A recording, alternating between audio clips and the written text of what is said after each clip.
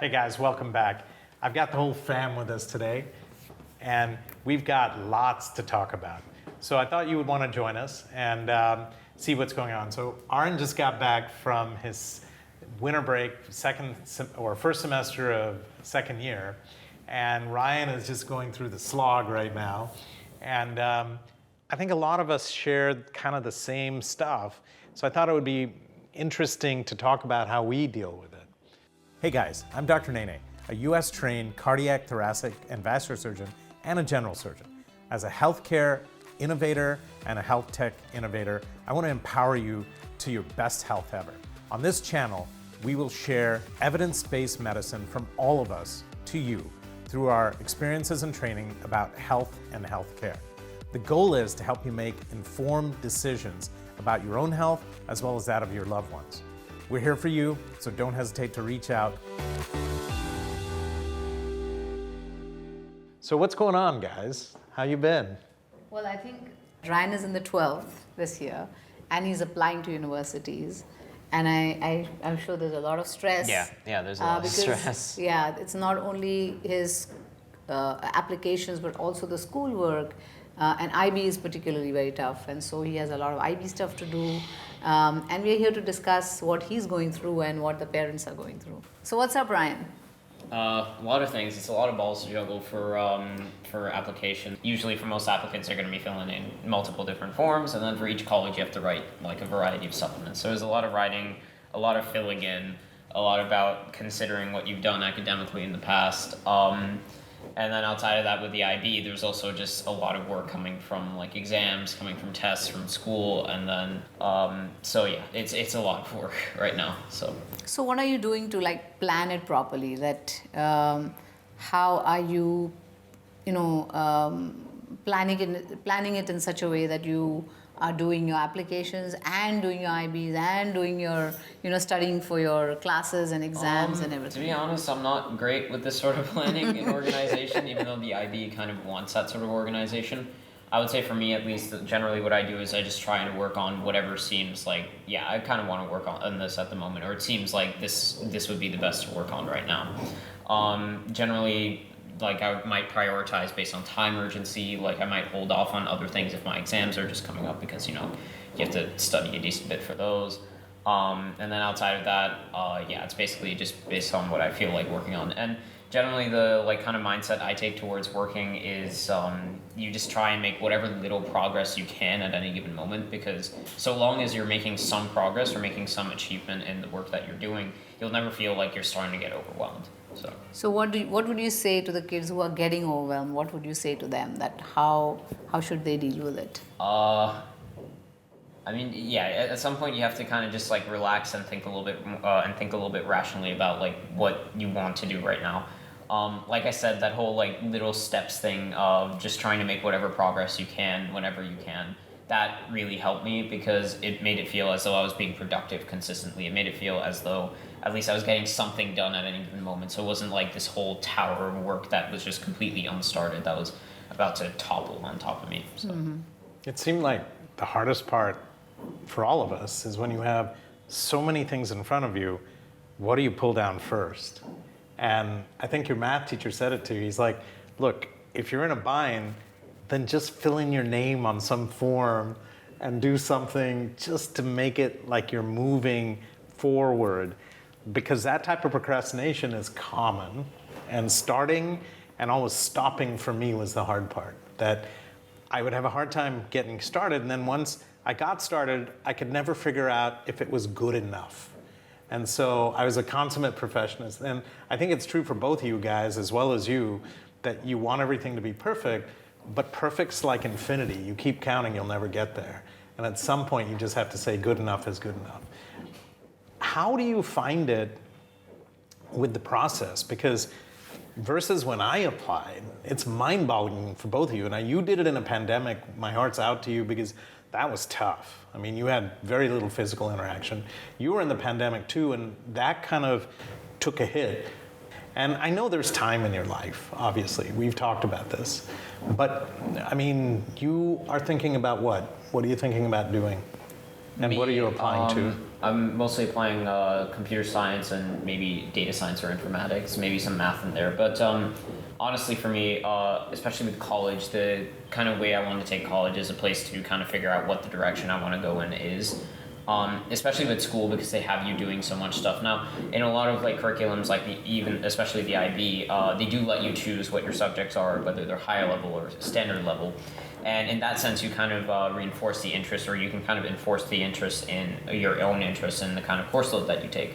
But on the other hand, I mean, just given the amount of stuff that you're doing and kind of the fact that it is still at that high school level, unless you're doing a lot of stuff outside of school, you don't necessarily know exactly what it is you want to do.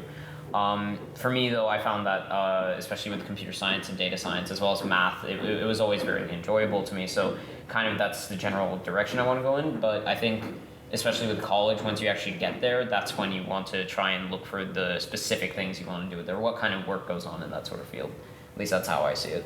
And what are your thoughts on this? Because you've gone through it, and you're on the, I guess, another end of the tunnel, if you will. Well, I mean, he has his direction, and he knows what he's doing. And I know for a fact that Ryan himself has done a lot of stuff in computer science. I think that's one thing that he did do during COVID. That time of isolation gave us the opportunity to like explore, things we love. Albeit not, externally, but rather internally. We got to work on ourselves for a lot of time. And I know Ryan did some projects with computer science, if I'm not mistaken, TensorFlow. Yeah. A lot of TensorFlow. If you could tell us a bit about like what you did with that, that'd be really cool. TensorFlow is like a Python package, so it's used in a lot of machine learning stuff for just generally in the industry. It's a very powerful sort of package. The kind of stuff you can do with it. So what I usually did with it was initially I started learning about what exactly is TensorFlow, how does it work, and what can you actually do with it. I was kind of exploring some of the different models that you could create with TensorFlow. I think I did a recurrent neural network and then a convolutional neural network. One is for like image processing or image recognition, and then the other is for text generation or I guess language processing. Once I did that, of course, I did some other stuff beyond that with the TensorFlow package and machine learning. Some stuff that kind of delved into a little bit of data science as well.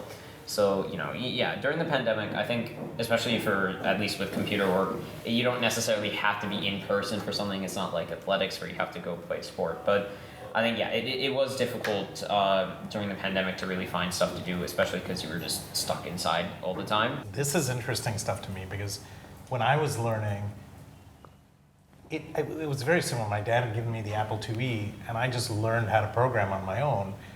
And, it's like, nowadays, you guys have so many avenues to learn. The University of YouTube's always open.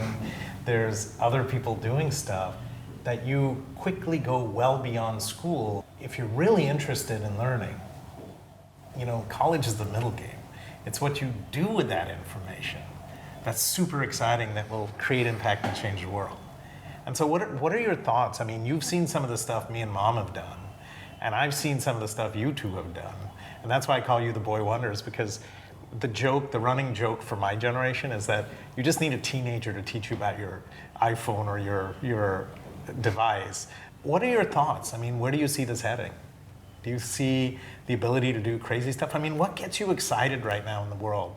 I'm looking at DALL-E, ChatGPT. I'm also looking at the music stuff. What gets you guys really, really excited about what you're seeing from your eyes, not from mine? Well, there's just limitless opportunity. The internet has made the world so small, and so all this like cutting edge research is just widely available to us. I know at USC, for example, we can apply to a variety of labs that are conducting bleeding edge research that, take you to places that are like, on the fringes of what we know. And that's super cool, to see like literally firsthand the world advancing in terms of science and in terms of knowledge. And is there something in particular you've seen that you find intriguing? I know it's a little early because, it's the start of your second year, and I would imagine by the latter part of your second year to like your junior year, you'll start doing internships. And you'll also start meeting people because that Silicon Corridor is huge. Exactly. There's plenty of startups, whether they be big or small. Take, for example, at our school, simple things like, this delivery service which does everything in 10 minutes because their guys are all, students on That's Zepto, I guess? It's Similar to that. It's the concept of Zepto but applied on like a college level. But it's like, simple stuff like that, which is like, just changing the way that students live their lives at USC and other schools within, Southern California.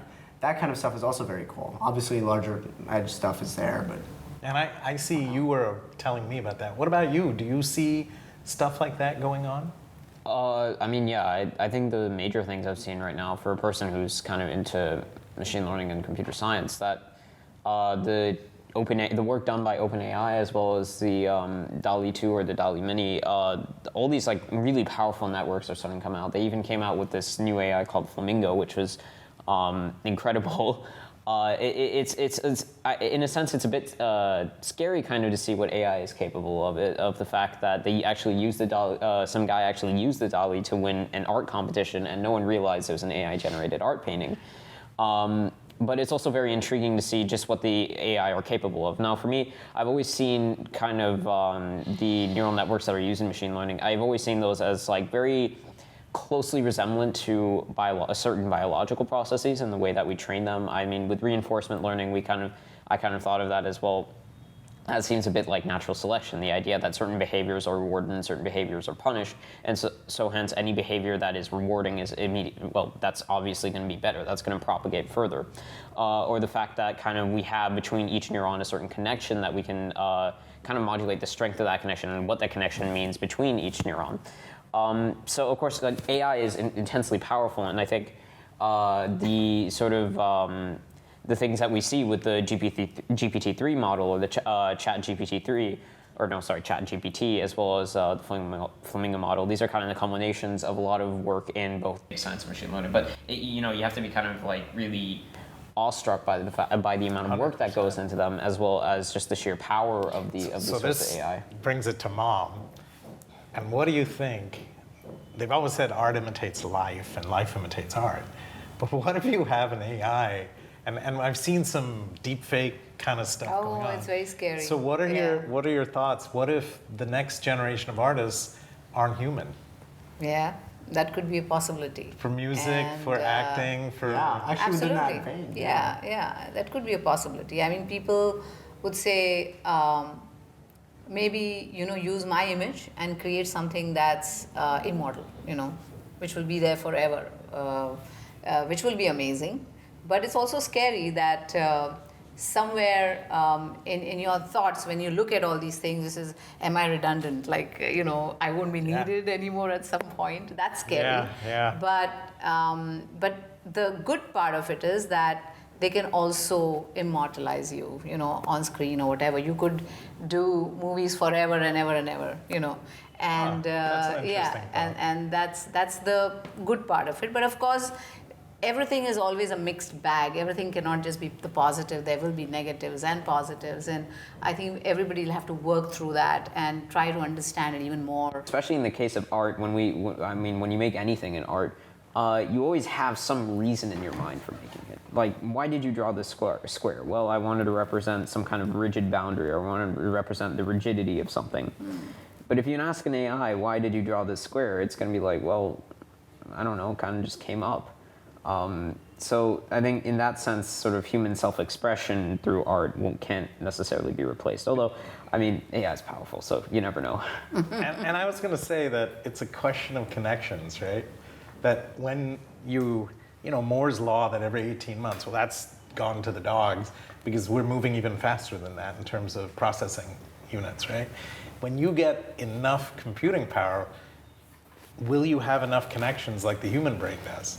Imagine if you could store part of your experience and transmit it through. Then it gets into things about organs, and if you can increase lifespans and create a sentient sort of thing. That's all sci-fi now. But remember, a lot of sci-fi 200 years ago is now reality. Well, 30 years ago.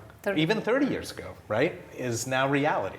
I think most people will find some kind of human element just to keep us relevant in a lot of things.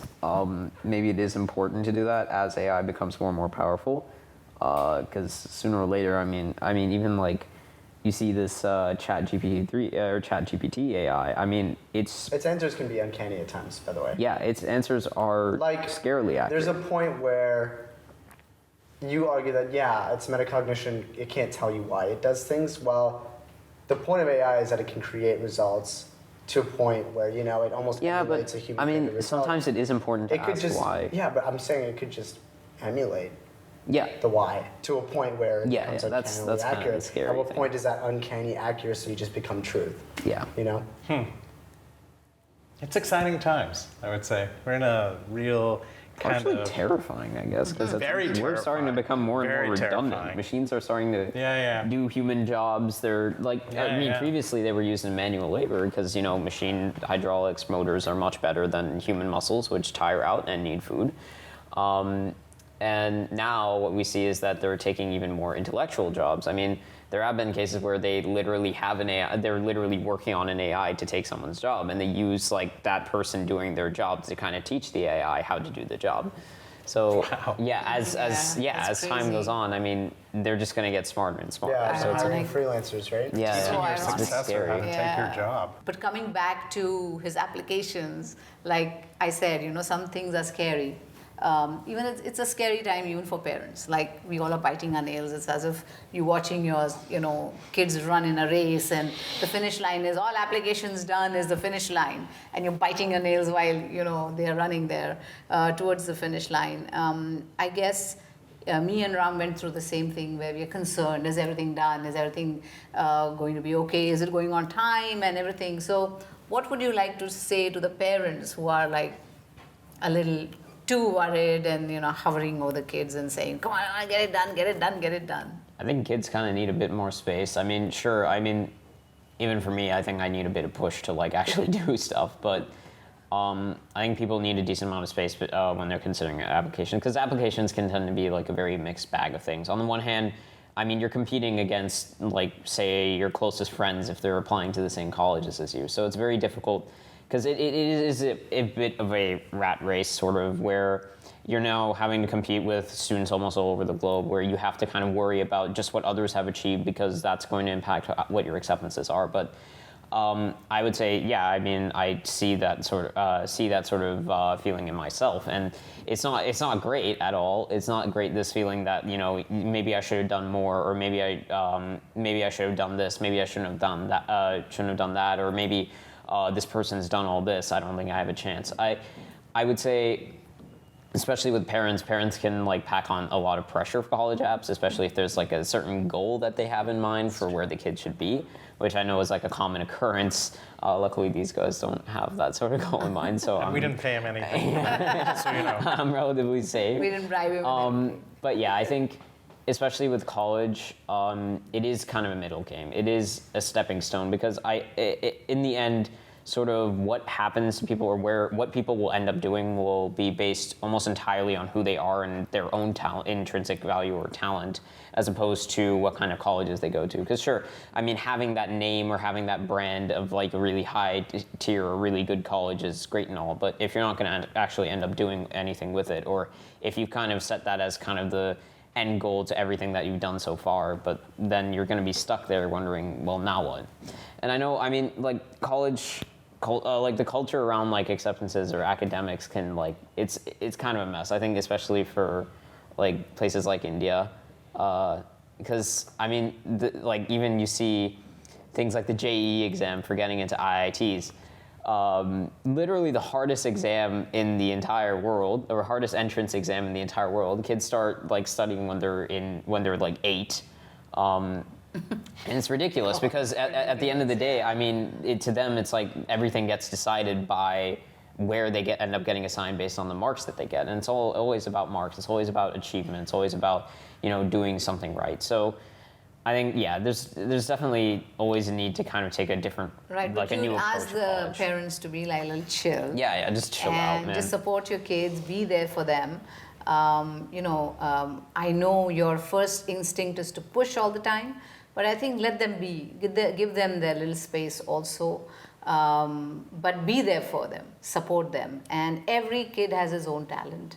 And I think cream floats to the top. Doesn't matter where they end up going. I think if they're good, they're going to achieve something in life. And what they do with that learning is more important than where they're getting in and which college they're going to. So I guess that's the message that we would like to give. But first of all the best to all the kids who are applying this year. I just wanted to add one thing, that you hit it on the head. It's the intrinsic motivation as to why you do something. But I think that the tough part is what you said and what you said, that in the end, it's like sand. The tighter you grasp it, the more falls through your fingers. And everyone has a kernel of genius at the end of the day. The testing may not represent or respect that. If you and I had the same tests, you wouldn't be where you were and I wouldn't be where I was. If they told me to do a pirouette and dance, I probably would never have made it and I would have failed. If they would have given you my science exams and told you to go for your medical entrance, you probably wouldn't have been very happy, right? So the point is, I think that now's not the time to quibble about this. And the real tricky part is, even after getting all this done, you have to frame it and say, you will always have opportunities. You guys are always going to have stuff, as will everyone. It's how you look at it. Yeah. Right? So I found this very, very helpful. Arin, anything to add? Because you've been through it, man. I've been through it. I'm on the other side. I think Ryan hit it on the head. He said exactly what it is. All right. So that we come to an end of this session. Thank you very much for joining us. I hope you guys enjoyed the talk, and I hope you learned something from it, or it kind of reflected what you guys are going through. All the best to all the kids who are applying. All the best to the parents. Just take a deep breath, and things will fall into place.